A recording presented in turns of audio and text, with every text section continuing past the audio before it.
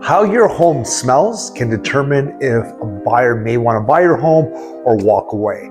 Bad smells obviously would make people want to walk away, whether it's smoke, cat urine, things like that. But there's also smells that when people walk in, they just feel, what is that smell? It almost feels like a hotel.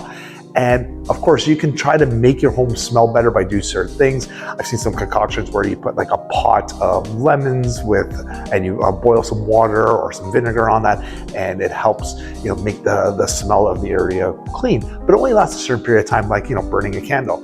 But there's a new contraption.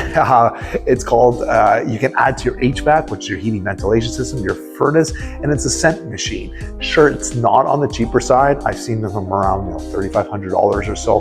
But what it does, it pumps a scent, and you can pick the scent you want into your heating ventilation system. So when the air gets pumped through all the vents, there's a smell, and you can determine how powerful you want it to be. And again, if you're selling a home and you want to, probably make that investment, a lot of times you can take that scent machine with you to your new home, but it might be a good investment, especially if your home doesn't smell good or smells really old and musty.